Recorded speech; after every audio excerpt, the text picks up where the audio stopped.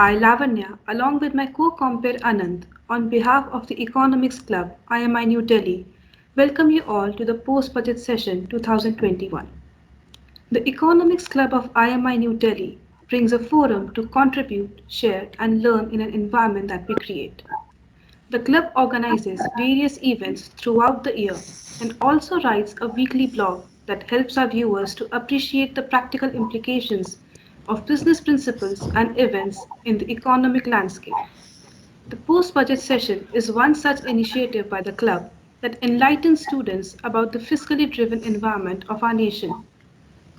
We are going through a once in a century pandemic, which has distorted daily lives as well as global economies to a large extent. This year's budget holds a major significance as it is presented amid economic challenges posed by the coronavirus pandemic. The union budget consists of revenues and expenditures, both planned and unplanned, which are vital for the government to proactively maximize its limited resources to stimulate economic growth and development. Before we start the discussion, let us have a quick look at a video prepared by the Economics Club.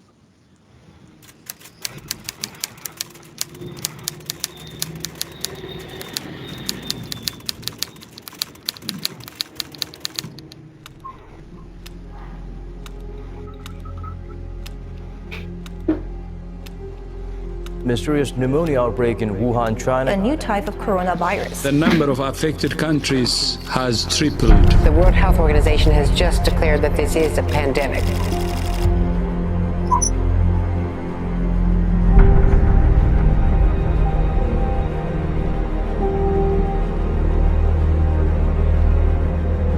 India's GDP has crashed 23.9% in its worst quarter ever.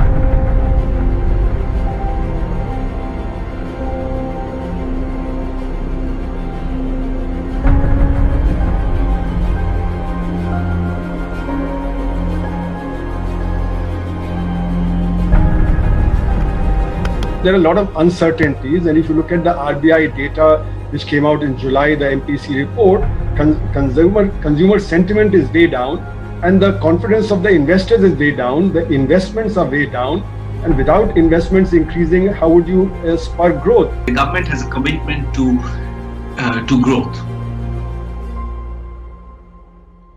The government will be pumping in close to $300 billion. That's 20 lakh crore rupees. That now we are in the unlock phase, the consumption should definitely improve, and as I've said, the worst is over.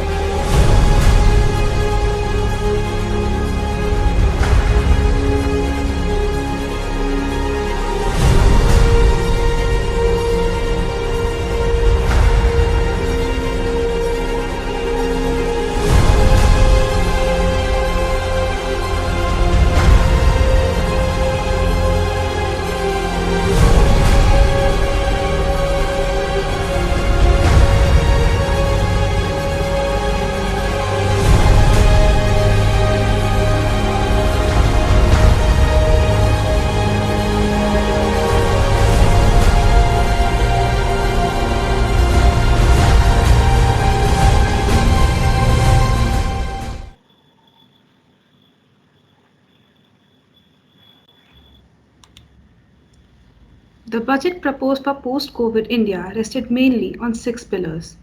The first pillar being health and well-being. With an expanded focus on health this year, the budget saw an increase of 137% on outlay towards health sector, with 35,000 crore rupees earmarked for COVID vaccine. Also, center-sponsored health system PM Atmanirbhar Swasthya Yojana was announced for driving capacity building, new institutions, and disease control. As part of the second pillar, which is physical and financial capital and infrastructure, production-linked incentive schemes were announced, which are in essence with Atmanirbhar Bharat policy. A development financial institution is set up having a 5 lakh crore lending portfolio over the next 3 years. Also, FDI in insurance is increased from existing 49% to 74%. The central government aims to garner 1.75 lakh crore rupees through disinvestment in the upcoming fiscal year.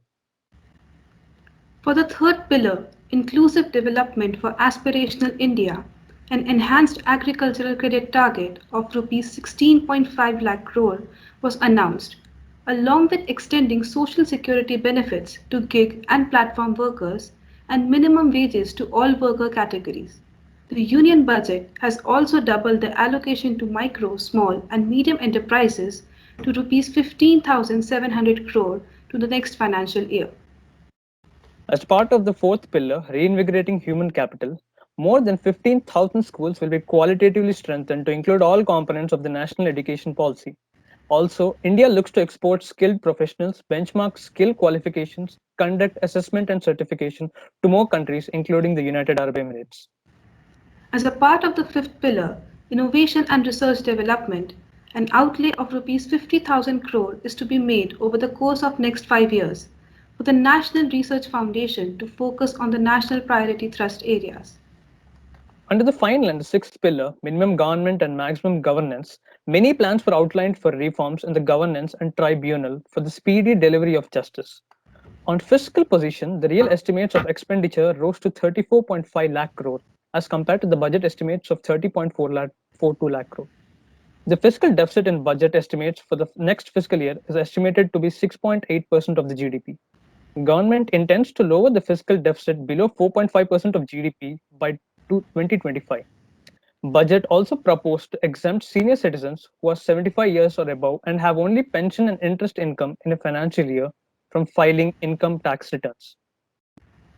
To give us insights, perspective, and help us comprehend the union budget, we are honored to have amongst us eminent personalities from different fields.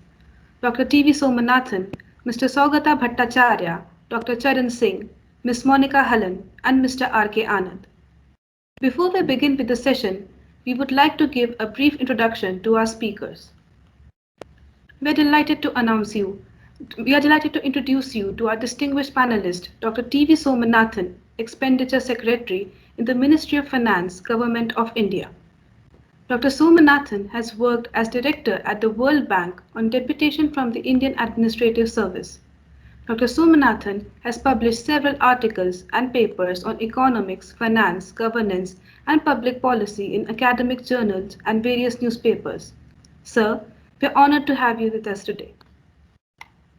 It gives me great privilege to introduce our next panelist, Ms. Monica Hallan, a best-selling author and an adjunct professor at the Indian Institute of Corporate Affairs. Ms. Hallan is a regular speaker on financial literacy, regulation, inclusion, and consumer issues in retail finance. Ms. Hallan has worked across various media organizations in India, including Mint, The Economic Times, and The Indian Express. Ma'am, we are privileged to have you here with us today. It gives me great honor to introduce our next panelist, Mr. Saugata Bhattacharya, Executive Vice President and Chief Economist at Axis Bank. Mr. Bhattacharya is a member of the PGDM Executive Council of the National Institute of Bank Management, Pune. Mr. Bhattacharya is a member of CII National Exim Committee and was named a Chevening Fellow of the UK government in 2017. Sir, we are privileged to have you with us today. It gives me great privilege to introduce our next panelist, Dr. Charan Singh, CEO and Director of eGrow Foundation. Dr. Charan Singh is currently serving as Non-Executive Chairman of Punjab and Sind Bank. Dr. Singh is a former senior economist at Independent Evaluation Office of International Monetary Fund and a research director at Reserve Bank of India. Sir, we are honored to have you here with us today. It gives me great honor to introduce our moderator and speaker for the session, Mr. R.K. Anand. Mr. Anand works as advisor for banking vertical in eGrow, a research-based banking and economic advisory NGO. Mr. Anand also worked as Head of Strategic Management and Economic Advisory Division at Punjab National Bank. Sir, we are privileged to have you here with us today. We would like to extend a warm welcome to our respected Dean of Academics, Dr. Siddharth Verma, and Director General, Dr. Himadri Das, who have always been a source of motivation and guidance to the student community of IMI New Delhi. Without any further ado, we once again welcome all the guests and request Mr. R.K. Anand, sir, to initiate the session. Right. So I am thankful to the Economics Club, IMI New Delhi, for strengthening the bond of relationship year after year, and I enter into the 5th year of relationship with the club, and all the events were conducted with quite seriousness and quite usefulness in the past. That is, I am the witness to that. since the students keep on coming and going to the work, but the club goes on. So I just recall my association and present before the present batch. I pay my respects and regards to Dr. Das, the Director General, present in the event, and the Dean of the Department of Economics, IMI New Delhi, Dr. Ram, and the other seniors from the IMI. And with this, now we just start the event with the focus on the topic, that is the budget 2021-22, especially happening after the year 2021, which, the 2020, which was an year unforeseen, totally full of volatility, uncertainty, complexity, and ambiguity, VUCA, brought in by the health event, turning and unfolding itself into the economic and now the financial event. So nobody could understand these correlations will get unfolded, and we will have a lot of things to study out of this event. And the present budget by the Government of India has been received very well by the stakeholders, especially by the markets, and it has been seen as a continued expansionary fiscal stance by the Government of India, which had entered into a series of the Atmanirbhar programs, and coming to a amount of the, if we take stock of the old ones, the amount close to 13% of GDP, amounting to 27.1 lakh crores, coming in the shape of the fiscal stimulus for the such big economy, which is the 5th largest economy in the world, that is Indian economy. So we are lucky to have among us Shri T.V. Somanathan Sir, Secretary Expenditure, Government of India, and the other panelists introduced by the club. And we have Mr. Sogata Bhattacharya, Dr. Charan Singh, and Madam Monica Hallan. So now we just begin with the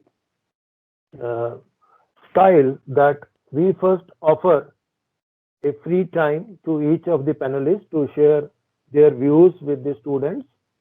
On behalf of the students, I just request and seek the support of the panelists in guiding the students on this event with their areas of the expertise, so that they take the takeaways from you for not only the application in their academics, but into the application of the professions when they join shortly in the market. So I begin with, like, say 5 to 7 minutes time first for each of the speakers, and then I come back with, say, 1 or 2 questions from the moderation side, which I'll be trying with the help of the senior panelists, and then we can leave the floor open for the students to ask their questions they think of asking the experts. So in this event, we have the start of the event as requested by Mr. Sogata Bhattacharya, the Executive Vice President, Axis Bank, and to whom I had an association at IBA Monetary Policy Committee meetings, which used to happen quarterly, or at least half yearly. We used to meet there if I skip one meeting. So we had a good that time forum coming with the shadow monetary policy, as we did now in Delhi. Luckily, the IGRO has brought very educative forum in Delhi itself now, so I never feel short of the forums to share the thoughts on the Monetary Policy Committee, because I worked as Chief Economic Advisor to the Punjab National Bank till 18, and thereafter I am working in a freelance capacity now. So we just had the round there also. So from Mr. Sogata Bhattacharya, we'll have a view of his expertise about that how this budget has come and received by the markets. Market means the markets like the equity, the capital market has responded with just, the Sensex crossing 50,000 from the 46,000 and 5,600, a run of 3,700 coming across from all the sectors with many advances with many companies, going from the equity market to the debt market, where we saw the market seeing a lot of liquidity coming, a lot of the government borrowing program coming and indicating some dynamics of the yield on the bonds in the market. And then the related aspects, which I request Mr. Saugata to cover out of his hands-on experience about the, how will this get unfold and what are the linkages for the students to understand. I welcome Mr. Saugata Bhattacharya first to open up the discussion, please. Thank you very much, sir. What can I say? I mean, it's a huge privilege to be on this panel. First, my thanks to IMI. To be on a panel with Dr. Somanathan, with Dr. Charan Singh, whom I've interacted with you, with Ms. Halan. What can I say? I mean, it's a huge privilege. Thank you so much. So I'll just keep it very, very brief because I want to hear particularly Dr. Somanathan, who's one of the key architects of the budget, for his hands-on experience and his hands-on thinking in shaping the budget. So let me start with, so as we heard, once in a century. So this is not a counter-cyclical downturn. This is not a cyclical downturn. This is a one in a century impact with a deep permanent economic loss for the country. And I think the budget was exactly right to take on a counter-cyclical stance. I think this is a clear shift from the perception, at least in the markets, that the government was pursuing a fiscally prudent stance in its fiscal approach to growth, and this was a very, very growth-oriented strategy, and it's paying off. I mean, one of the key fears was that there might be a negative reaction from the global credit rating agencies. I've just heard S&P comment that they're very, I mean, they think that this is a very good budget. And globally, I mean, there is this emerging fiscal consensus for the need for a fiscal stimulus in the approach to the pandemic. So I think there's too much of that thing for the fiscal consensus now for any credit rating agency to lean against it. So I think this was the exact correct right. The second point that I want to make is that this is a very good mix of allocating resources. I mean, resources are always scarce, and particularly in this current environment, where in the first half of the fiscal year, there was a sharp hit on tax revenues, other revenues, etc. There's a very nice mix of both supply and demand. So supply essentially from the large spends on CapEx, particularly infrastructure finance. From coming in from that, and a whole mix of others, the manufacturing productivity-linked incentive, PLI schemes, etc. But there is also a very large demand component, which I think a lot of commentators are missing. I mean, if you look at the measures for textiles, for fisheries, for affordable housing with a very long forward and backward linkage in the system. So this has the potential for creating jobs, and which is one of the key concerns in the not just from the post-pandemic, but coming in from a long time, just accelerated in the post-pandemic situation. In particular, let me also comment the very large increase in healthcare, because this is a very critical sector in the jobs. I mean, the way that we envisage farming, agriculture to be evolving over the next few years. There's going to be a significant amount of labor that will be displaced, and this is a golden opportunity with a fairly moderate amount of retraining to create a large army of secondary and tertiary healthcare and medical providers in the small towns in the rural areas. So that's a very critical focus to my mind. And one of the key things that we have seen, because there's been one of the key concerns in this environment with the loss of jobs is a loss of confidence, and this amount of uncertainty, Mr. Anand, that you talked about. So the measures in the tax assessment reduction from 6 years to 3 years, etc. The other large tax cases only being approved at the highest levels, etc. I think all of these and a lot of the measures is very manifestly designed to reduce the level of uncertainty in the system, which is very good for investor confidence and a whole lot of other confidence. Greater transparency is another hallmark of the budget. I mean, this is the first conscious attempt. I mean, there have been other attempts before to put it in annexures and things. This is the first attempt to bring a whole lot of off-balance sheet expenditures onto the balance sheet. I mean, this is something which has been an ask for analysts, for etc. For a long time. The budget is one very major step in this direction. Lastly, I'll end with the measures for credit. I mean, throughout the pandemic, starting from the first Reserve Bank, the stimulus package, monetary policy stimulus package, a very key pillar in the stimulus package has been credit, delivery of credit. The ECLGS scheme for the government, supporting all the other liquidity measures, interest rates, the refinancing, TLTROs, etc. that the RBI has rolled out. Very dynamic, very innovative measures. So all of that, and in this case, to get credit flowing particularly from a large segment of banks, the public sector banks, through direct capitalization, 20,000 crores worth of capital, plus other measures like the DFI, the Development Financial Institute, the Bad Bank, the ARC, AMC structures, etc. Of course, we wait for details on operational measures and so on. So, but I think this is a very, very exciting way to come in. Finally, last, the FRBM. The glide path for consolidation, because that's a very, very important signal. And it's a very credible, I mean, the assumptions in the budget, the growth assumptions, for instance, are very, very credible, very realistic. And with the FRBM glide path, a very nominal reduction of 0.5%, approximately 0.5% over the next year, I think will give a lot of credence to the view of fiscal consolidation going forward as economic recovery moves forward. Thank you. Thank you, Mr. Saugata Bhattacharya, for your comprehensive review and guidance on the various aspects and the qualities of the budget brought before the students.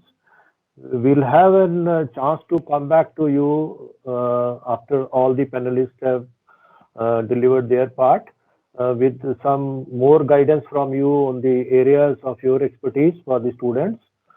So from you now, I just move on to Dr. Charan Singh, CEO, eGrow Foundation, requesting him that this budget is seen as a document of financial reforms, wherein the big financial reforms which we were waiting that some public document will come and list those financial reforms. I think whatever we were jotting down in pencil on our pads has come down written very clearly in black and white by the government in the shape of setting up of DFI again, the ARC, AMC set up a type of we don't call it, but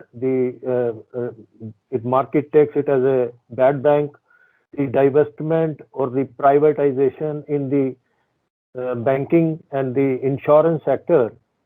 So, sir, I think you are the person who has the experience at not only from the regulator side at RBI, but in the banking sector also, and now with your research foundation.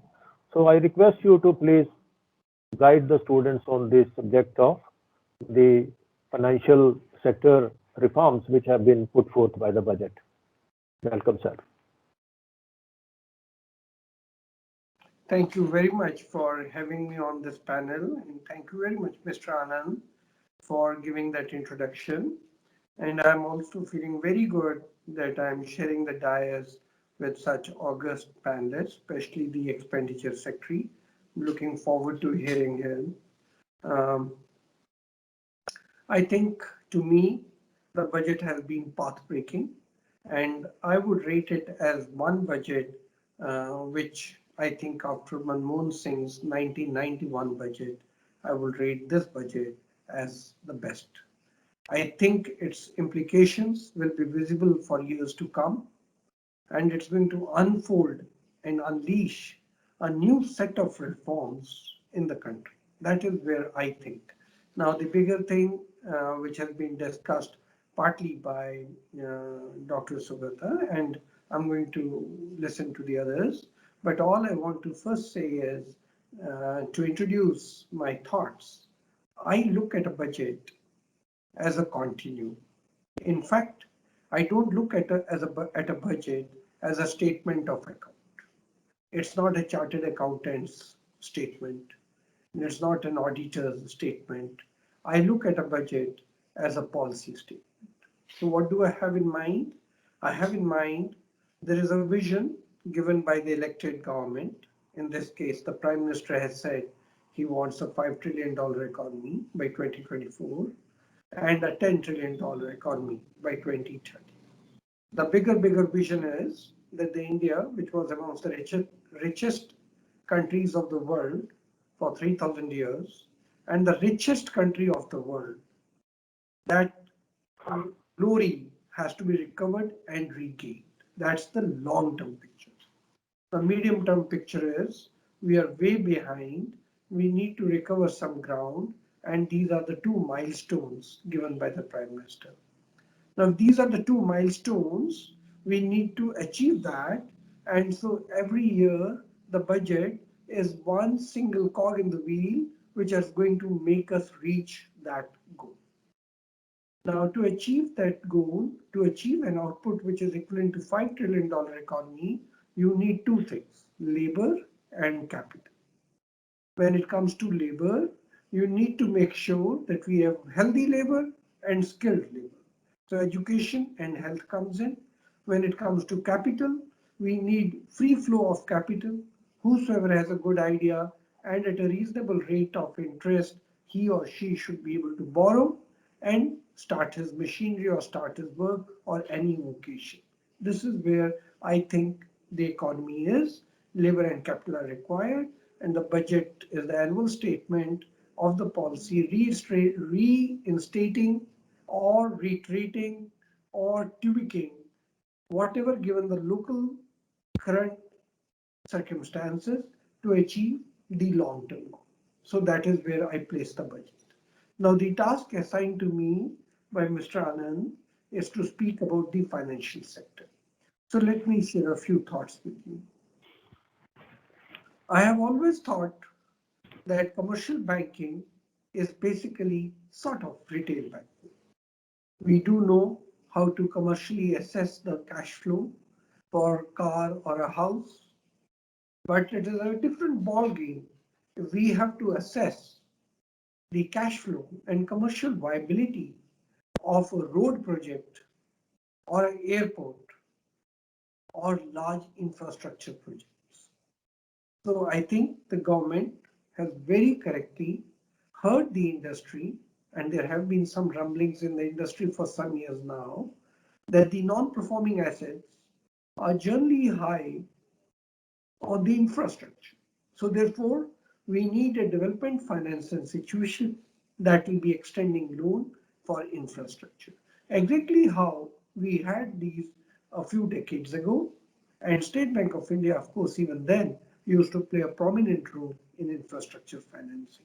So the government has now established or said in the budget, they'll establish a development financial institution. Now, commercial banks are basically a reflection of the economy, a mirror image. If the economy is sagging and the economy is not doing very well, sooner or later, the balance sheet of a commercial bank will start reflecting. That's exactly what is happening now. Public sector banks, which account for nearly 60% of the total banking, rest is of course shared by the private sector banks and the foreign banks, to some extent NBFCs, to some extent cooperative banks. But these public sector banks are those who really shoulder the greater responsibility for many reasons. Firstly, there's reach across the country. Their traditions of more than 100 years old for many of them. The government has reposed confidence in them, nationalized them, and assigns them the task of social control and social obligations, which is reflected in the 40 crore Jan Dhan accounts that they opened within no time. So these public sector banks are in the forefront of giving loans in the country. And unfortunately, as the economy suffered a slowdown, there has been some stress on these assets. So to help them recover with those assets, the government has announced, they haven't used the word bad bank, but it is basically a bad bank which will cleanse the balance sheet of the commercial banks and allow them to extend credit as if they are now normal and healthy. I think that's very good. The government is aware that the banks are under stress. So to recapitalize those banks, the government has already earmarked 20,000 crore in the budget. The non-banking finance companies are doing reasonably well in the country, but they are under also severe stress. We all know, and I'm sure business students like you have heard about the Dewan Housing and the INFS, which has been a letdown. So now the government, and my worry has been that when the fintech revolution comes in India, these 10,000 odd non-banking finance companies, how will they handle the situation? And therefore, I was very happy when the government said they're going to have a fintech hub, and that fintech hub will help NBFCs cope up with these. Another area where the money can come in, and lots of effort had gone in, but it was not very successful, is the debt market. The government securities debt market is doing well. The Reserve Bank played a role, but the private sector debt market has not been doing well, the corporate debt market. So the government has ideas how to rejuvenate and make it very vibrant. I think that's very good. The government has also planted one thought in the minds, and that is it is going to think in terms of privatization of public sector banks. Now, who are those banks? Which are those banks? Nobody knows it. The government, of course, has an idea. My thought is privatization is the way to go. I'm not saying that the private sector banks are the best and the public sector banks are not the best. My view is sometimes ownership neutrality has to be observed. In a country where the economy is sagging, sooner or later, public or foreign or private sector banks, new or old, will start reflecting the stress on the balance sheet. So that's not the point. The point that I have in mind is that the government is in the business of governance, not running commercial entities. As a matter of principle, the government's focus should be on defense, currency, foreign affairs, mainly the governance. And these commercial enterprises should be left to handle their own affairs. So in principle, commercial banks should be run on commercial basis and should be privatized, and they should be in the private sector. Also, once you privatize a bank, the responsibility on each employee, cost-cutting exercise, the working hours, the delivery and productivity mechanism, all of that becomes very, very different from a public sector characteristic. The job security makes a very big difference. And therefore, I would really like these banks, which were private in the private sector before 69, and some of them in the private sector till as late as 1980, would go back to the private sector characteristic, I think is the right thing. The taxpayer money, and nobody knows who the taxpayer is. It could be a cobbler, it could be a tailor master sitting under a tree, it could be a headload worker who has bought a packet of salt or a packet of spices and paid indirect tax on it. And the government, when it collects all the taxes from that pool, it bails out a bank.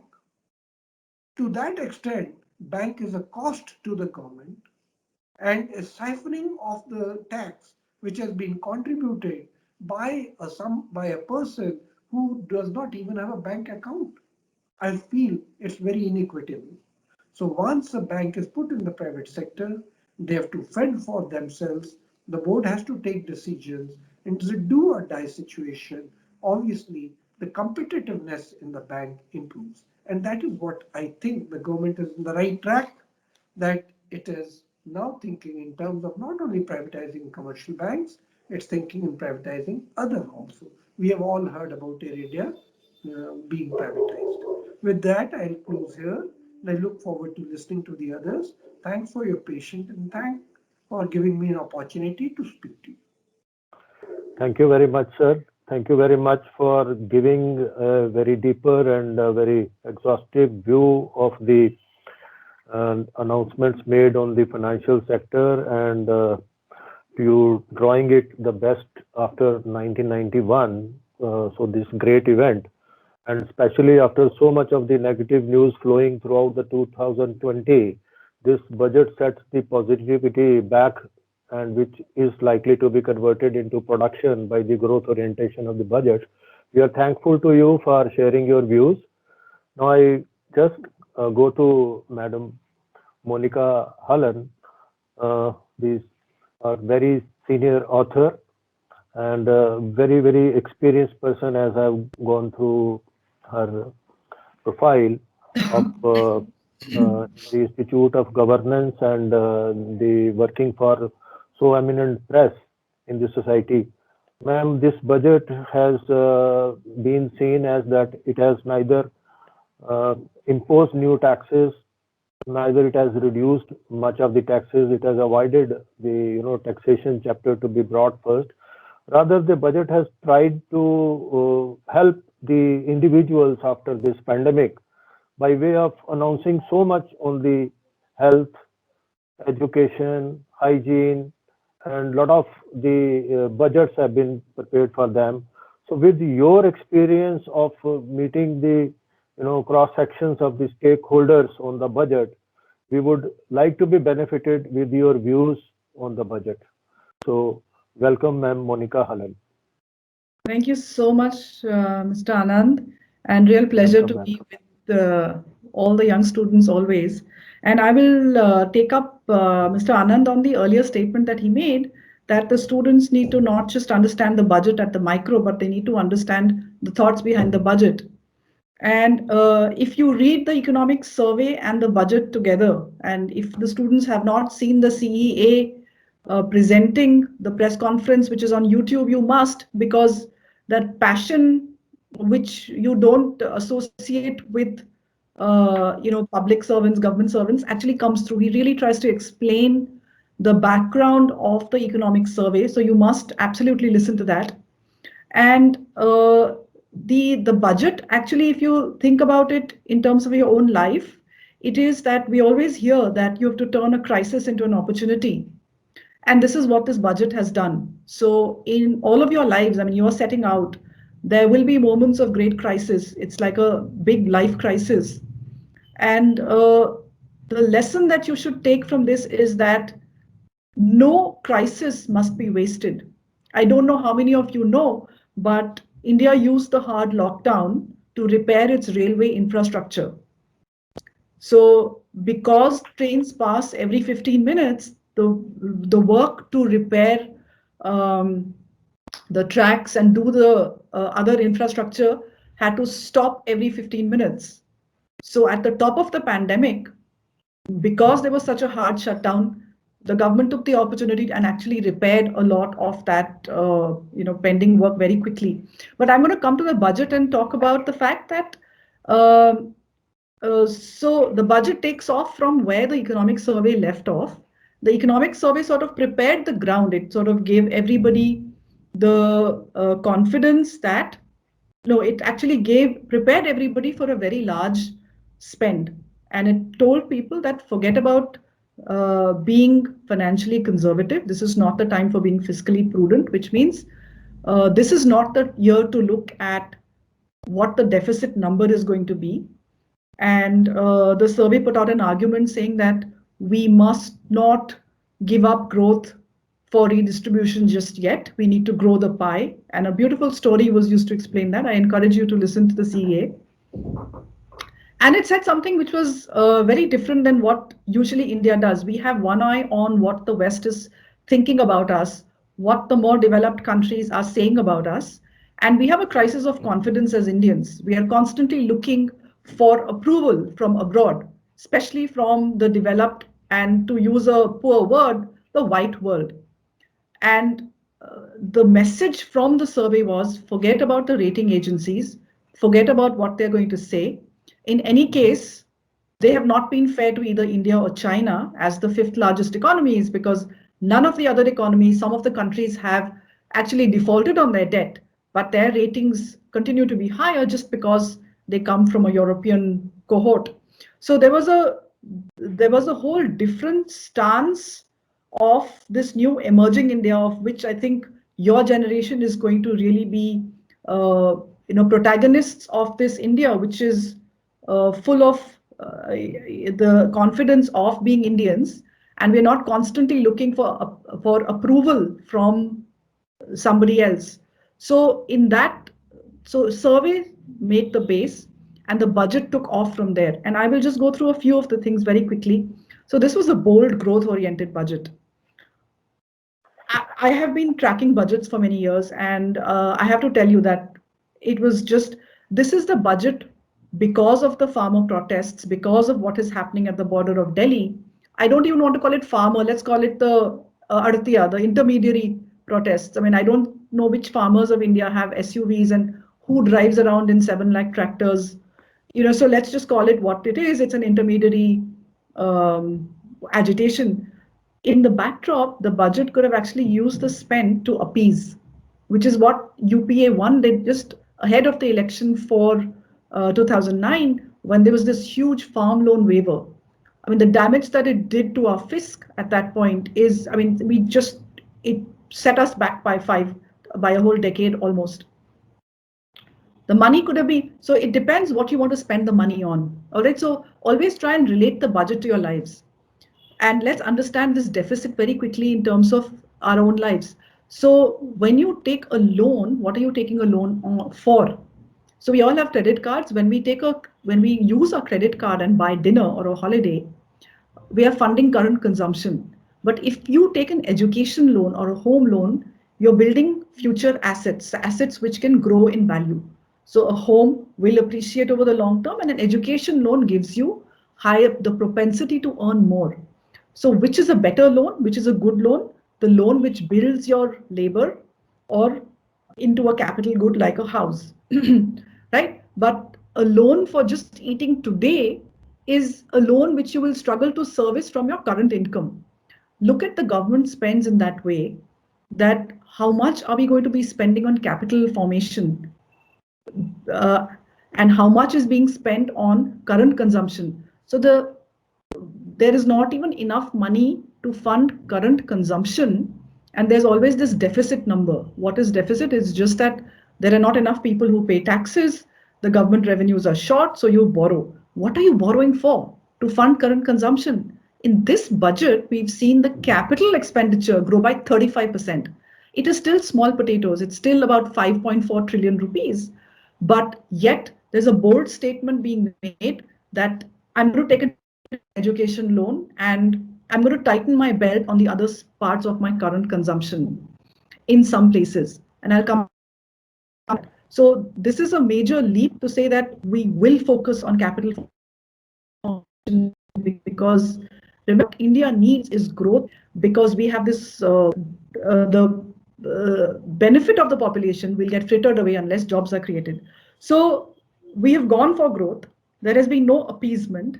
There was a lot of pressure, especially from foreign economists, Indian origin foreign economists, to say tax the rich. Why are the Indian rich so rich? Tax them and redistribute to the poor. Whether or not that tax should be levied in the US is another conversation, but the market was expecting a COVID cess. The market was expecting more taxes on the rich. And remember, the marginal rate of taxation, the highest rate at which the rich pay tax is 42.7.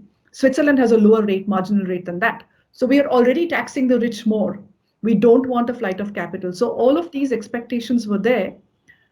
The finance minister didn't fall into this let's appease, let's give the right, no suit boot ki sarkar, we are going to, she did not fall into any of those traps and said, none of that is going to happen. So if you decode what the stock market is saying, it's saying that we are happy that no new taxes have come, no cess has come, no surcharge has come, and we've gone for growth.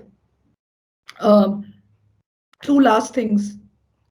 What also the market has liked very much is the transparency and the honesty. I'll very quickly tell you what this off-budget item mean. This was started by UPA2, where so when the government borrows, remember, it can borrow in its own account, or this was a new thing that you can get, say, the Food Corporation of India to borrow on its own, right, on its balance sheet, which the government says we will pay you, you borrow. So this doesn't show up in the government's consolidated funds. It doesn't mess up the fiscal deficit number. So you can put makeup on this document, but your borrowings are there and everybody knows that. And that was almost, it grew and grew and grew. It became 1 lakh crore, almost that big. So 3/4 of that is the Food Corporation of India. In addition to that, there is the food subsidy. Government has used this COVID crisis to come clean. They have just accepted that, yes, there is this, we will take it on our balance sheet, which is why you see this huge deficit number of 9.1, I think. The market loves this transparency because, now we can say, okay, this is really the spend and what are we going to do about it? And just a very quick stat, I've just looked at this number. When we look at how they have accounted for that, I think everybody should know that we spent, this is all our money, taxpayers' money, 4.38 lakh crore. That's 13% of the revenue spent on food storage and warehousing. All right, so this is just on food storage and warehousing. This is food subsidy is different. This is the kind of money which is actually being spent, and we are seeing rationalizations of that in the VE for FY22. So this was one part of the coming clean exercise. And then we've got announcements again, you would have thought this would be a government afraid. You don't want the banking unions to go on strike. You don't want the insurance agents to go on strike. They have said we will privatize 2 nationalized banks, PSU banks. We will go ahead with the disinvestment of General Insurance Company. We will go ahead with the LIC disinvestment. And how serious they are, you just have to read the finance bill to see how the LIC Act is being changed. I mean, that was a hard fight. We know how hard LIC fought back on various provisions inside of that act. But all that got stitched together, and now we are going to go ahead with all of these. So overall, there's a boldness and a roadmap for the future. And I'm decoding this as this new India, which is saying, as the 5th largest economy of the world, I don't constantly need approval from anybody else. Maybe the other countries should see how we handled the COVID crisis, how we have a low caseload and death rates, and how we didn't spend at the top of the pandemic when there was really no place to spend. We've kept our powder dry, and we began our spending only in October. So possibly the other countries could look at the India model rather than India looking at the Brussels model or the China model or the US model. That is my story from the budget. Thank you.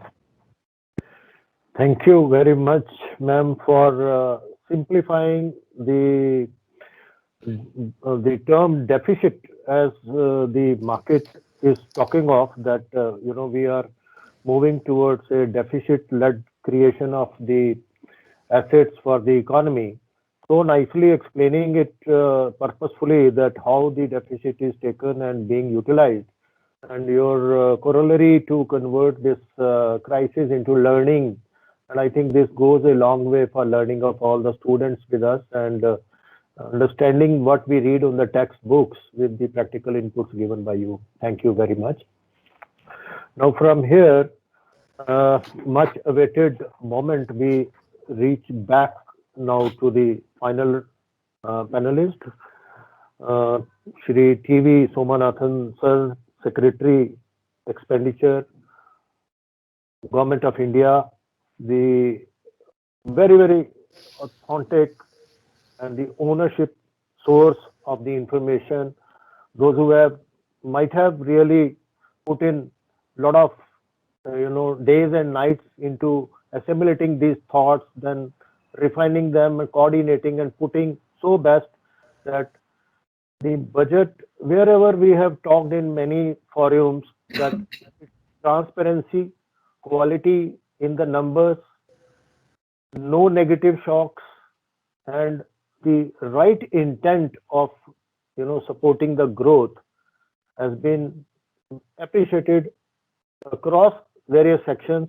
Now, I request, sir, that now you please guide us and all of us, the panelists and the students, especially those who are waiting to listen to you, understanding the entire this exercise, how this has been done and where we are heading towards now.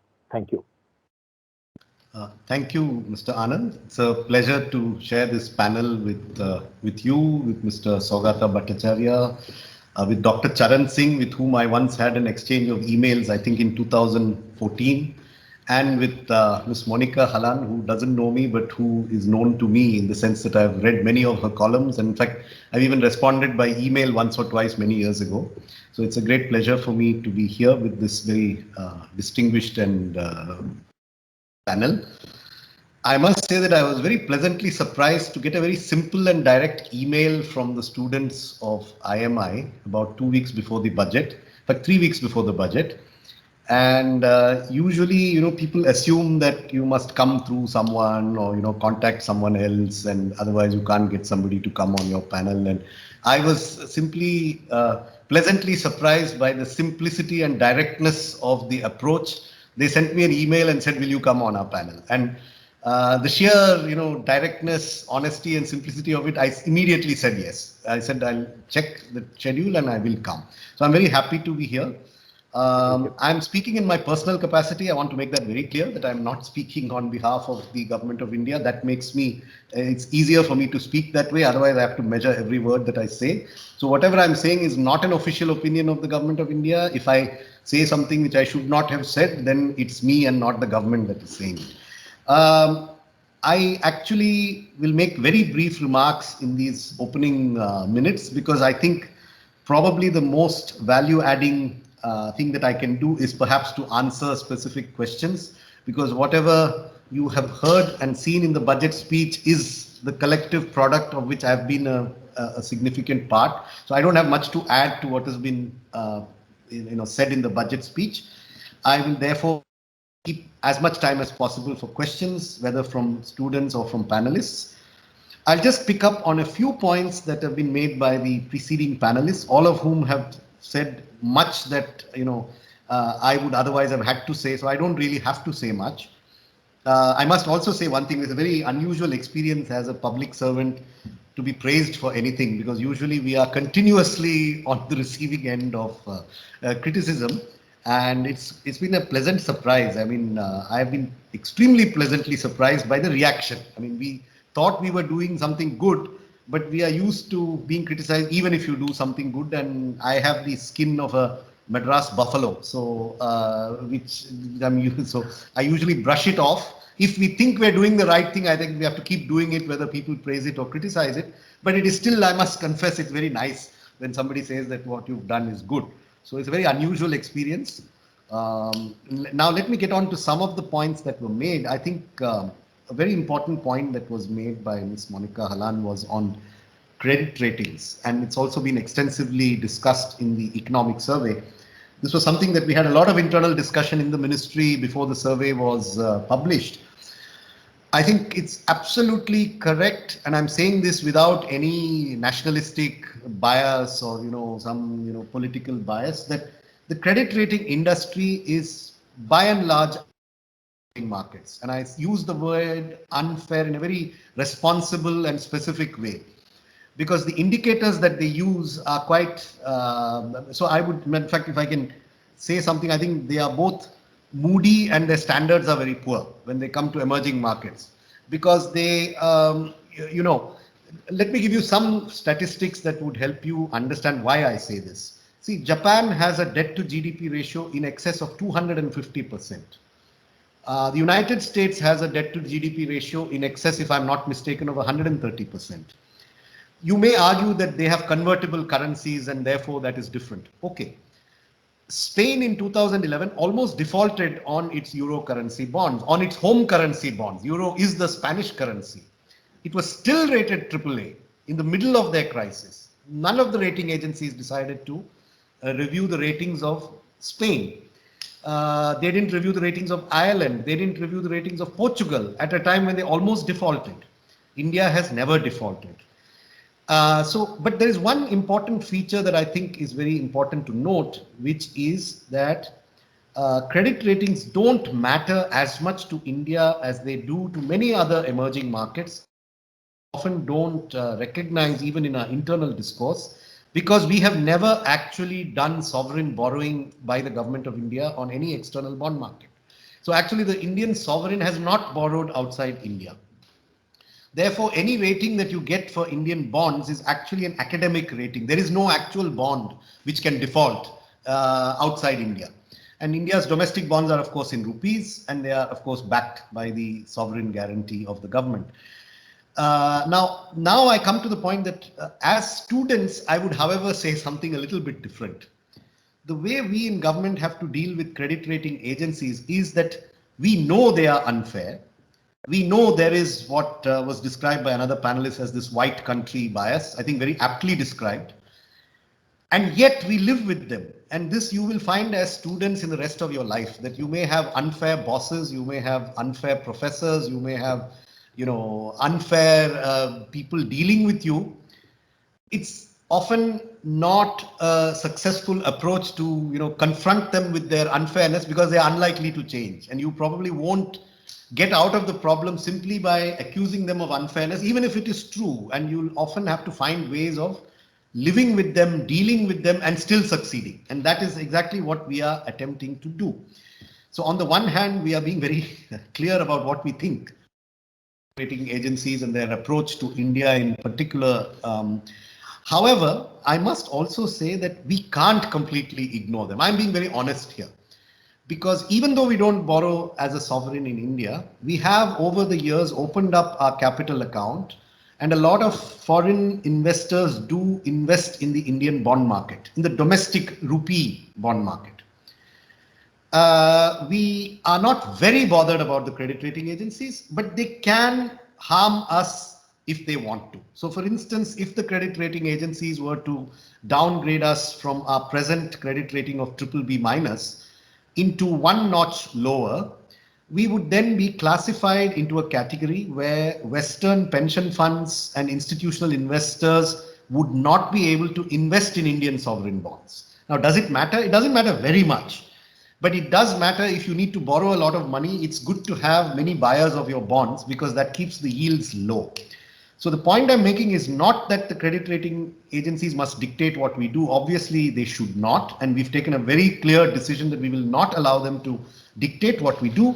But I'm being very practical here in advising you as students that even when you want to confront someone, you need to keep one eye on what damage they can do to you. We've assessed that damage. We don't think they will damage us, but even if they do, we are ready. So it's something that we can bear. We can take that. I don't think they'll do it, and I think they will recognize the fact that we've actually been reasonable in the policies that we are following. So we don't expect any negative reaction. I'm just putting that out as a life lesson for you, that you should still keep one eye on the person that you think is very unfair to you, because they can actually harm you even if they're being unfair. So now on the issue of fiscal spending, so we are not really focusing on the credit rating, but we are focusing on the fact that there are natural limits to how much any government can spend without triggering, on the one hand, inflation if you go too far. And on the other hand, even if you're not inflationary, you may trigger interest rate increases on your bond market. You can sometimes trigger some capital account outflows. You need to be prepared for all of that. And that is why we have been quite careful in the way that we've expanded our spending. During the heart of the worst times of the pandemic, we were under a lot of advice from foreign-based Indian and other experts to open the taps fully and spend on putting cash in the hands of people. We did not do that. I mean, the buffaloes out in full force because we were under continuous, attack for not putting as much money into people's hands as the British Chancellor had done or as Mr. Trump had done, and with their much bigger GDPs, and which we did not do. We did, however, protect the vulnerable. We actually had the world's largest free food program. 800 million people were given 25 kilograms of food grains and 2 kilograms of pulses for 8 months. Unfortunately, we gave it through an existing mechanism of the public distribution system, so it didn't appeal to the foreign, cash-based transfer lobby. So, but we did it. We actually did that. We also put some money into Jan Dhan accounts. But beyond that, we felt that any fiscal stimulus at a time when the economy was closed by non-economic factors, mainly lockdowns and containment zones and people being unwilling to come out, that a fiscal stimulus at the wrong time would have been like, hitting the ball into the hands of a fielder instead of hitting it for a boundary. So timing was important in our view. We decided not to be very, liberal at that time, except on vulnerability. But thereafter, after the second quarter, when the physical limitations eased, we have actually opened the taps in terms of productive capital and scheme expenditure. In terms of what we tried to do in this budget, it's been very correctly said, is a big thrust on capital expenditure, particularly on infrastructure. The motivation for that is one, as was very clearly explained, it's a productive kind of borrowing which produces better future capacity. And we have economic studies that show that the multiplier for government capital expenditure in India is somewhere between 2.5 and 4.2, which means that 1 rupee of government expenditure actually generates 2.5 rupees of expenditure in the economy when you take the subsequent cascading effects into account. And another very important point is that infrastructure spending creates a lot of unskilled and semi-skilled jobs. These are precisely the sectors that need support at this time. Giving them a handout is practically difficult because it's very difficult to identify the right people to give the handout to. But B, it would just be a temporary palliative. On the other hand, an infrastructure increase which gets sustained will actually create productive jobs and help exactly this target group of the unskilled and the semi-skilled.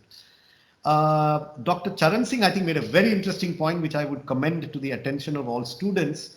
The taxpayers are often equated with income taxpayers, but actually a lot of taxes in this country are paid by people who are not rich, people who are actually below the taxable limit because they all pay GST, sales tax, excise duty, etc. And I think that's something you all need to keep in mind. We did try to, one of the ways we've tried to turn this crisis into opportunity is actually by the coming clean on the various off-balance sheet, transactions, because if you've breached the 3% and the 3.5%, why not go to 9.5 instead of going to 7.5? So we were very clear right from the beginning that if we're breaching it, we're going to clean up everything. I mean, this is the opportunity. Let's come completely clean. Let's set a new standard for transparency. So we've tried very hard in this budget to be as realistic and conservative as possible about both the revenue estimates and the expenditure estimates. There are no hidden reserves or pads that we've kept. And hopefully we won't have any big exogenous shock like we had in the previous financial year. One last point, the figure of 4.3 lakh crores. See, much of our so-called food subsidy is actually a farm subsidy. In fact, about half of what we spend on food subsidy is because we pay more to the farmers than the market price. And the other half is because we sell it at lower than the cost to the consumer. But it's all lumped together in the head of food subsidy. So that's just an academic point that I want to make, that in fact, as the finance minister read out yesterday, a lot of the money that we spend on the food subsidy is paid to keep prices to farmers up. That I'll stop, and I'm happy to take questions from anyone. Thank you. So nice of you, sir. Thank you very much for allaying our final, the apprehensions of the rating and the rating agency's behavior, your experience, giving us parlance of how they deal with the economies like you have named, the like Spain, Japan, and US, with such big deficits and the ratings being differentiated. And I too have gone into the personal experience of getting the banks rated by them, and how they really sometimes work in a I should call a herd behavior, like one agency turning with one rating and others following the same, and not listening for any growth path in the future. So I think that is there, but with this bold intentions, transparency and quality in the numbers, I think here is the Government of India fully clear about their path of growth. Thank you very much, sir. I just now start the rolling down of one question each to the panelists. Maybe I start with sir only in the reverse order, as he has just finished. Sir, we would seek your help in understanding for the students, like a lot of the investment is budgeted, which is going to be of the capital nature or the infrastructure. And this, can we see this as a pump priming for the economy, wherein this can attract the private investment or the other, and can generate a series of income for the different factors of production in the economy? Your inputs on that, sir. Basically, I would agree with you. I mean, to the extent that the capital spending is on domestic capital expenditure, the multiplier numbers that I gave out, they're based on studies by the NIPFP and the Reserve Bank of India, that 1 rupee of incremental domestic capital expenditure by the government in typically in infrastructure. Now, of course, another kind of capital expenditure is, for example, we have some money going to the new development finance institution. Now, that may not produce an immediate multiplier until it actually gets converted into leverage and lent into projects. But whatever we spend on railways, roads, power projects, and defense, purchase, domestic economy will immediately create a multiplier, and it will actually trigger another round of expenditure by private enterprises. So yes, I would agree with you that there's a substantial element of pump priming which is involved in this. Thank you. Thank you very much, sir, for your explanation of that, and understanding this concept which we normally see in the academics and getting it practically implemented by the government is a great learning for all of us. Now I come to Ma'am Monica Hallan, and she has described the concepts like of learning for the students, of starting their learning from the survey first and coming to the budget, linking it, understanding the deficit and the purpose of that deficit of budget items, how they are taken into the budget, and coming with the complete transparent picture. Ma'am, here will you please guide us that how is this is going to set a proof before the world that really what we declared as Atam Nirbhar is going to be proved by this budget?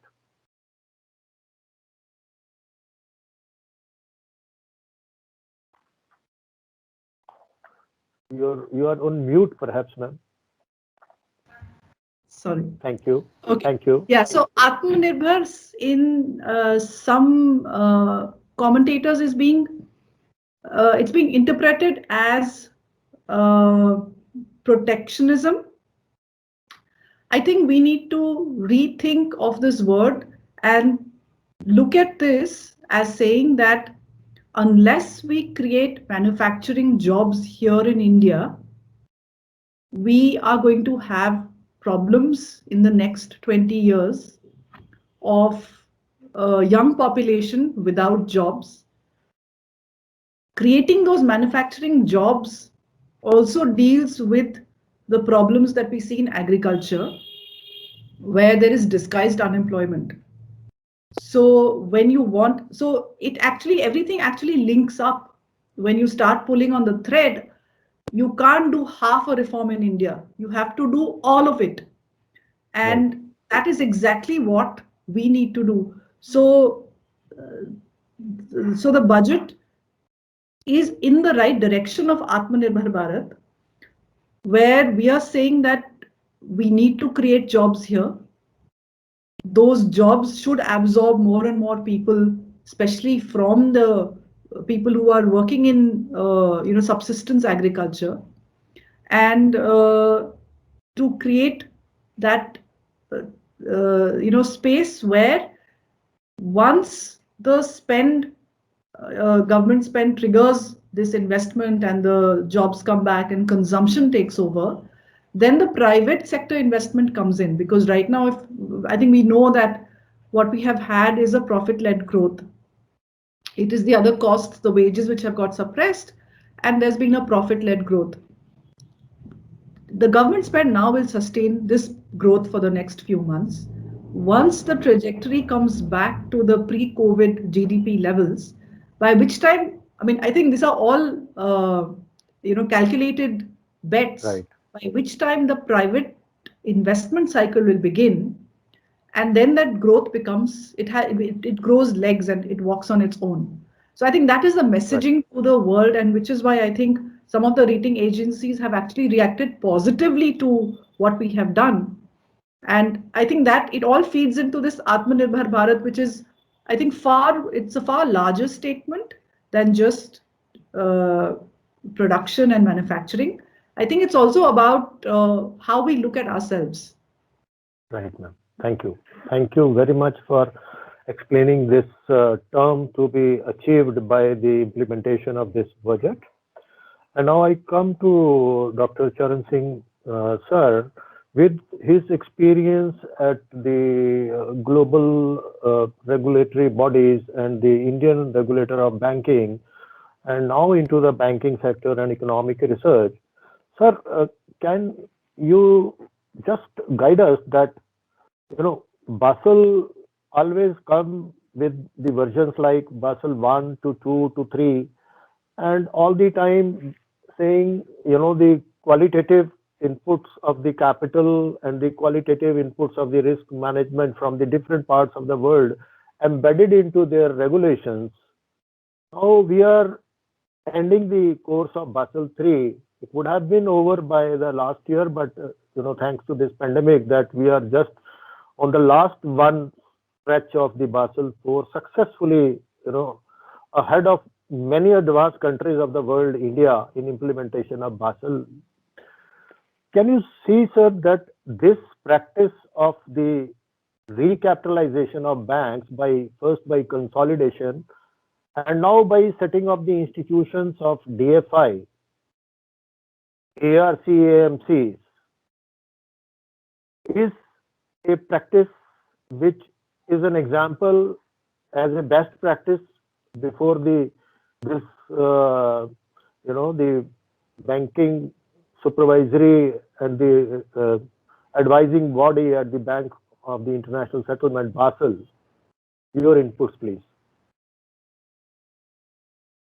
Mr. Anand, thank you so much for asking me such a beautiful question. Even before you asked me, when I heard the expenditure secretary speak, I had some thoughts which I wanted to share, and you helped me organize my thoughts by asking this question pointedly. I have always felt, when will India stand on its feet? And with 16% of the world population that it has, the intellectual capabilities and the intellectual capital that it has, which runs 5,000 years, it has the longest and the biggest epics in terms of Ramayana and Mahabharata. We are second to none. Actually, nobody is even second to us. They're leaps behind us. And when will we stand on our feet and tell the world, we don't care for you? The expenditure secretary is so right. As a bureaucrat, as a public policy person, he is looking at the pros and cons. But something which has been burning me is, look, on one hand, we are told we are the largest consumer of gold in the world. And do you know that we still believe in the London bullion standards? Most of the gold that we have and we believe in is under LBS. When will it become Lucknow bullion standard? Or when will it become Mumbai bullion standard? When will we say that we have our own capabilities? After all, for 3,000 years, when we were the richest on the planet, and for 1,000 years, we accounted for 33% of the world GDP, America only accounts for 20% even today and is behaving like a super class monitor. What must be we? That people came like a bee to us and just wanted to visit India. And with ships, they would start to discover India. And they would, what must be we? We must be unbelievably super good. When will we become that confident to tell the world we don't care? And therefore, the bold decision that the government took, and I'm so happy that the expenditure secretary is with us and he was part of the team, which told the world, yes, we are at 9.5% deficit to GDP. Now go and do what you want to do. What can they do? Can they run a single computer without us? I was in Germany and they were telling we don't have people to run our German trains. I said, just let us know. We have surplus people. We will send you the people. So I think we need to be very, very confident. And I have traveled the world. I've been educated there. I can tell you our students are leaps and bounds ahead of all others. We don't need to read Shakespeare. We need to read Premchand. But nobody is reading Premchand. We are reading Shakespeare. We're reading Enid Blyton. We're reading what all. So I think we need to start regaining, and they have made the government, of which Mr. Somanathan was a team member, has made a beginning, and that makes me feel very proud. Now I'm going to tell you something specifically to the question that you asked. Look, it's amazing, amazing, amazing. I'm really disturbed for the last couple of years. I'll tell you the reason. I was in the RBI when Basel norms were being minted. RBI used to be sending, and we are the initial signatories to the Basel norms. And I would listen to the teams that would go there. As you know, I was in the research wing, and therefore I was for some years working as the research director of the banking division, the research wing of the banking.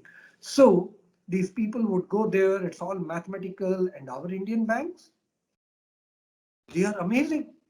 Means, as you said in the introduction, I chair a bank, Punjab and Sindh Bank, which is a small boutique bank, 1,500 branches, 1,200 ATMs. But do you know when it started? In 1908. In 1908, Fed Reserve was not there. The Reserve Bank of India was not there. Basel norms were not there. And India was united. And when we had the partition in 1947, of the 15 branches that Punjab Sindh Bank had, 13 went into Pakistan. And 12 were left with India. 2 were left with India.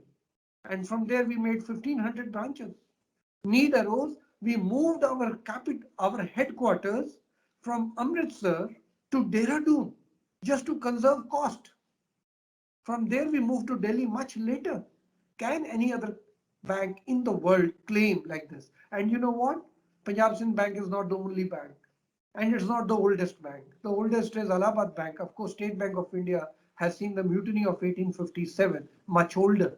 Allahabad Bank is 1865. Punjab National Bank, of which you are a worthy officer, is 1895. There are 11 such banks which are 100 years old.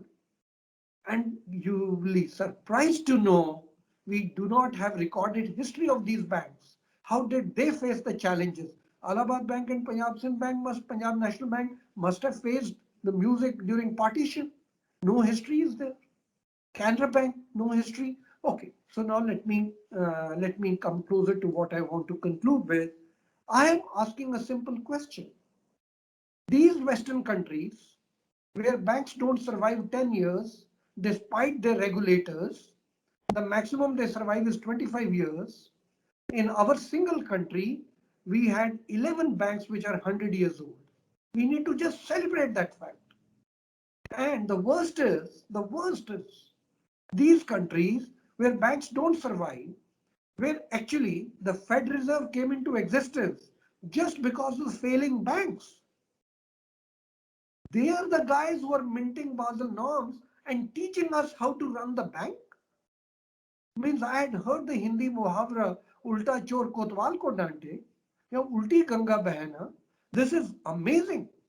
So I'm of the view that the Indian 100-year-old banks, the history should be written. Instead of Basel norms, we should distill Bharat norms and tell the world, without Fed Reserve, without Basel, without IMF, without RBI as a regulator, RBI regulator started in 1949. We had already survived 40 years before that, and we had already survived the partition. V6, Punjab Sindh Bank is in Punjab area, World War, they were always there, and all these things were going on. Over there in Allahabad Bank, Subhash Chandra Bose and his wars and partition of Pakistan, Bangladesh, all that was going on. How did these banks survive? So the Bharat norms is something which we need to mint, and I would be so glad and myself dedicate to this, that if we can come out with these Bharat norms, we will tell the world, and they have to follow Basel norms. And I'll just conclude with one statement. As you know that I was at the IMF from 2009 to 2012, and the Reserve, I met one day a team from the Reserve Bank, and I asked them, what are you doing here? They said, you know what? We have come here to learn from the Fed Reserve regulation. And I said, what? They've just had the subprime crisis. And they do not know such greedy people that they are, and they have flouted all the rules. And there's no value system. And in India, we survive on value system, and you have come. And they said, you know, Charan, what? Actually, when they heard us, they told us, please, you tell us how to regulate instead of we telling you how to regulate. I think we need to recoup and recover our position. Thank you. Thank you, sir. Thank you very much. Anand, may I just, welcome, sir. I need to take your leave. I have to go now. So I'm sorry that I have to leave this before it finishes. I just want to thank you all for the opportunity, and I'll be happy to interact some other time if you have any questions. I'm sorry that I wasn't able to take any questions. Although, I mean, if I can stay for another 2 or 3 minutes if there is something somebody wants to very urgently ask. Sir, there is one question like that a student wanted to ask you in particular. Yes. Yes, sir. So what are the most important factors considered in allocating a budget across all sectors? Have these factors changed on account of the pandemic? Yeah. So in a normal year, when we seek to make budget allocations, I'll give you a very practical answer. See, it's partly an incremental exercise because every department or scheme has a certain starting base. Now, many of them cannot be altered suddenly because it's a lot of costs which cannot be changed in the short run. So our staff are permanent staff. So we cannot, for instance, just fire a whole department even if it has ceased to have much relevance. So there is a strong element of incremental budgeting in the way government does budget. So that is unavoidable because of the structure of the way government functions. And then we have things that are permanent, like, you know, defense forces, police, core governmental functions don't change very much. So Ministry of Foreign Affairs, you know, your the hardcore governmental functions are generally budgeted incrementally. So you know how many people you have, you know what their salaries are, you project what their salaries are likely to be over the next year. That gives you an estimate. Then we have a fairly high burden of costs like interest. Again, we can predict what did we borrow this year, what are we going to borrow next year, what's the amount that we need to set aside to pay interest on our government borrowing. Those are sort of the first charge on the money that you have. Then what is left, and of course you need to estimate your revenue first, but assuming you have done that, you then have what is left. Now in what is left, you try to prioritize. So actually that amount that you have left to priorities is smaller than the total budget. And that is why often government tends to neglect capital expenditure, because capital expenditure is the easiest to cut. It is the one that we can, if we want to switch on and off, we can switch capital expenditure on and off. But others are difficult. We can't suddenly switch off the food subsidy. We can't suddenly say that we are not giving money in under the farm. So government actually changes in budget allocation in government are always done at the margin, and it is difficult to do big changes in a single year. It takes time. We need a very careful process of expenditure review department by department. It's quite an involved exercise. By the way, this year we have done a lot of that. So actually the increase in expenditure that you've seen of 4 lakh crores is actually a 6 minus 2 approximately. So the real increase is 6. We have managed to save 2. by cutting back on a lot of things that we considered were, avoidable. And then the intersectoral allocations, we look at political priorities also. So our political executive tells us, we need to spend more on A, B, and C. So that also factors. And then we have, emerging, we look at commentary, we look at academic papers, we look at what people are advising us to do. We make those changes to the extent that it can be done within the annual increment that we have after taking care of our fixed costs. So that would be my brief answer to your question. Just to ask Mr. Somanathan, just one of the questions was on this EPF. How will you finally do the math, in terms of taxing the interest? Maybe I can take it up bilaterally later with you, because now you have, part of it going to the stock market, yes. And I haven't figured out how you're going to tax that. No, what happens on the EPFO is very simple, that people can continue to contribute whatever they're contributing, but the EPFO will segregate their contributions into two accounts. One account up to a contribution of 2.5, that account remains exactly as it is. It is EEE, it is exempt when you put it in, the interest is exempt, the withdrawal is exempt.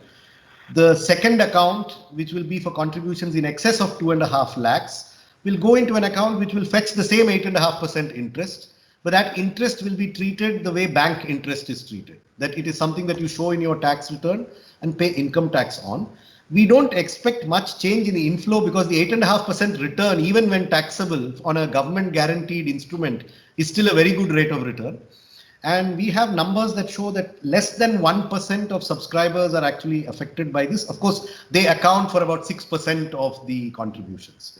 But we expect the contributions to continue, but they will be taxed in a separate bucket. Okay. Okay. Right, sir. Thank you. Thank you very much for your guidance. Thank you. Thank you especially for agreeing on a single mail for be available to us for this valuable guidance on the budget. Thank you. Thank you. Thank you very much. So we come to we were in the process of winding up with the first round of the questions. Maybe it is addressing to many questions of the students also. Thanks to Charan Singh sir, who has instilled the confidence and said yes, that we are capable of setting our best practices so that the Basel can emulate, and we are capable of setting up Bharat 4, rather Basel 4. So Mr. Saugata Bhattacharya is from banking and very deep into the markets, debt and the money market, etc. Mumbai, the financial capital. Sir, with this capital expenditure setting a series of the income generation for the various factors of production in the economy, do you see that this coming and channelized by the banks to strengthen their balance sheet back into supporting the economy? So again, I'll keep it very brief. So let me start with what I see as a summary of the government strategy over the past post the pandemic hit. Welcome. So I 3 words. So survive, revive, and thrive is the way that I'd put it. So the initial shutdown, lockdowns, the social distancing, other norms, the payments, as Secretary mentioned, in terms of food, in terms of cash transfers, etc., was designed, and all the RBI measures, and regulatory forbearance, the liquidity, all the other RBI measures, was channeled towards this survive phase when everything was shut down. There was cash flows were gone, MSMEs were badly hit, so all of that. Post that, till about now, we have been moving into the revive phase. So basically the recovery with the reopening of the economy, with the systems on, credit flows beginning to move up, manufacturing coming back full steam, consumer demand reviving to a certain extent, etc., was the revive. I think this, even prior to this, the third phase had started, which is the thrive. This is the set of reforms that is going to get India's potential growth up to the 7-8% that is needed for providing the set of meaningful jobs that we need over the next decade to move towards that $5 trillion vision that we have. I think banks will play a role, will play a very, very major role. One, I think in the infrastructure space, it's not going to be very, banks will not be able to do anything very much because as part of the Basel norms and the others, banks are under very severe asset liability management strictures. So banks' average deposit maturity is about 2.5 years, even less than that. Average infrastructure projects have a gestation life of 7, 8, 9, 10 years. So it's not possible to do that. So we need to figure out different ways in which to be able to fund infrastructure. So the natural home for infrastructure finance are these so-called contractual savings institutions, the insurance companies, the pension funds, the provident funds, etc. So they need to be brought in line. I mean, in terms of financing. Unfortunately, their project finance skills are not, they do not have sufficient requisite project finance skills because this is a very cash flow based project appraisal structure. So there needs to be intermediates in which who have that requisite skill for evaluating infrastructure funds, infrastructure projects, and then being able to attract the money. The NIF that I was talking about, National Infrastructure Investment Fund, is one such. The New Development Financial Institution will be another such. However, having said this, there are opportunities for banks. Banks, as you know, for the last 5-6 years have focused on retail lending. So there are other, I mean, I know Ms. Halan has strong views on banks, so all of that. But again, I mean, even that part is beginning to taper off.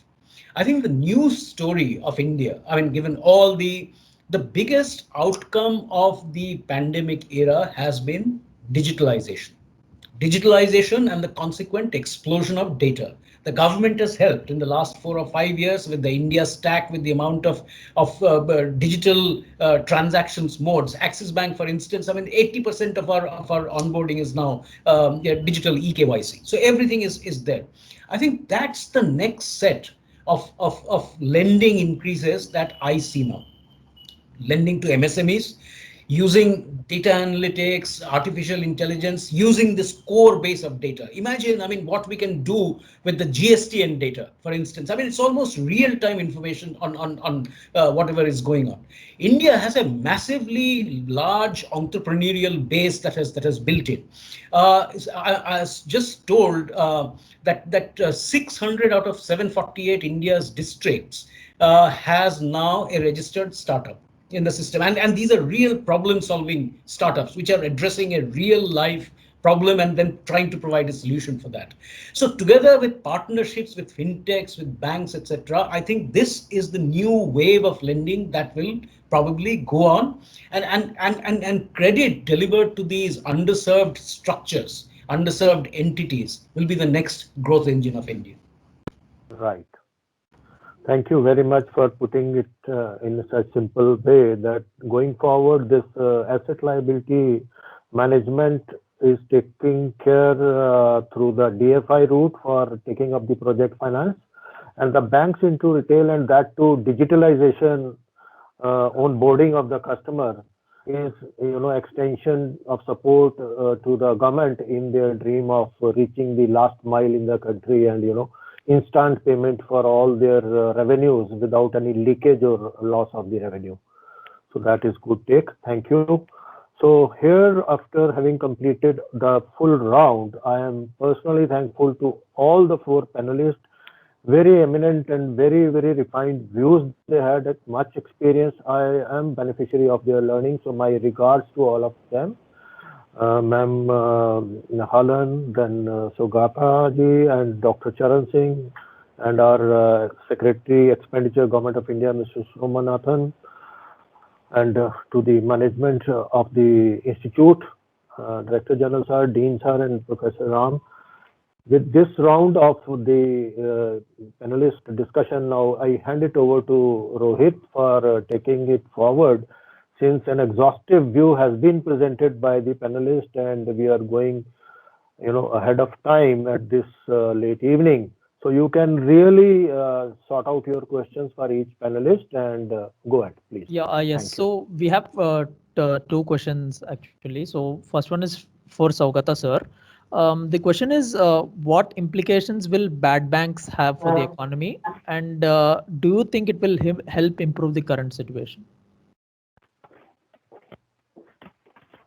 So, I mean, there are arguments in favor and against. Obviously, we have a very powerful resolution system now, the Insolvency and Bankruptcy Code. And after the initial glitches, the legal challenges, etc., I think a significant case law has been built.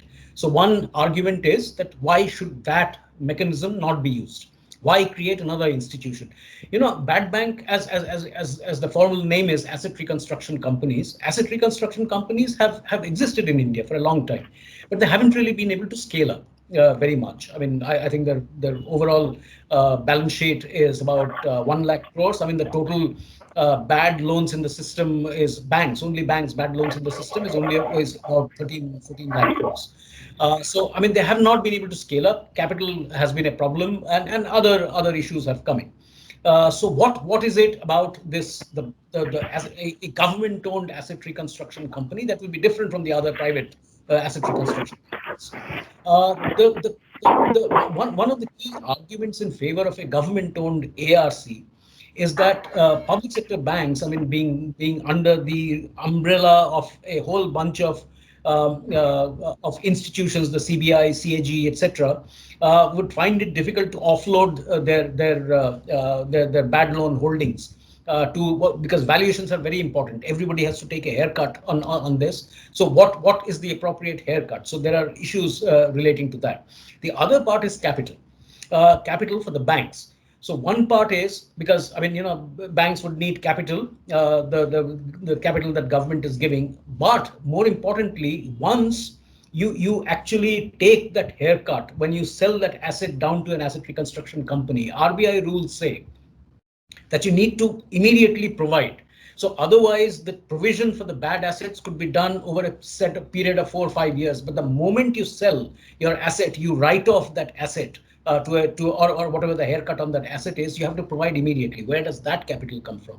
So I think there are multiple pros and cons to this question. But overall, I think banks are not designed to go to the resolution. They're good at lending, but the turnaround of the companies, etc. So that might probably be better served under a separate company with skilled professionals who are resolution professionals and asset management professionals and can deal with this. Thanks a lot, sir. So we'll take one more question. This is for Monica, ma'am. Yeah, so the question is, the tax on interest income about rupees 2.5 lakh limit for PF will discourage savings. PF corpus can make a huge difference when a person retires. Considering the volatile environment, should we really move away from savings? No, so what we have to understand is that there were some very rich people using this route to earn tax-free income. So 2.5 lakh of PF contribution is a very large amount in terms of the CTC of what people earn. And it isn't as if there aren't other avenues of investment. You can go to a bank deposit, you can go to a government bond. You don't need this tax-free route that the government is giving. So it was actually some very high net worth people who were using this exempt category to harvest the return. So really, I mean, this is actually a good step. They should have actually made it even more, because so what most people don't know is that Provident Fund contributions are not mandatory over salaries of over 15,000 rupees a month. It is mandatory below 15,000 rupees a month. HR departments normally put people into this mandatory cut, 12% of your basic and 12% of your employer gives. So there is actually merit in opening this up and making it voluntary, so that somebody who wants to can target his or her own retirement elsewhere. So I think it's one step in a larger PF reform, because again, when you think about it, there are different products in the PF market. There is NPS, there's EPF, There are pension plans from insurance companies, from mutual funds. So I would think this is part of a larger story where you're going to consolidate the pension products. But to your point, does it discourage? Not at all. It's only for a very few, very high net worth people who were just harvesting the tax-free return. On behalf of the Economics Club, I express my sincere gratitude to Dr. T.V. Somanathan, Mr. Saugata Bhattacharya, Dr. Charan Singh, Ms. Monica Hallan, and Mr. R.K. Anand for taking out time from their busy schedules and sharing their valuable insights with all of us. Ladies and gentlemen, with this, we conclude our discussion on the post-budget session. We hope that the session was enlightening for every one of you present over here. On behalf of the Economics Club of IMI, we would like to take this opportunity to commend all the panel members, guests, professors, student council, and the staff of IMI for making it an unparalleled success. Thank you a lot.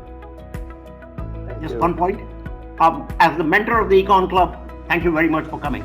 Everybody.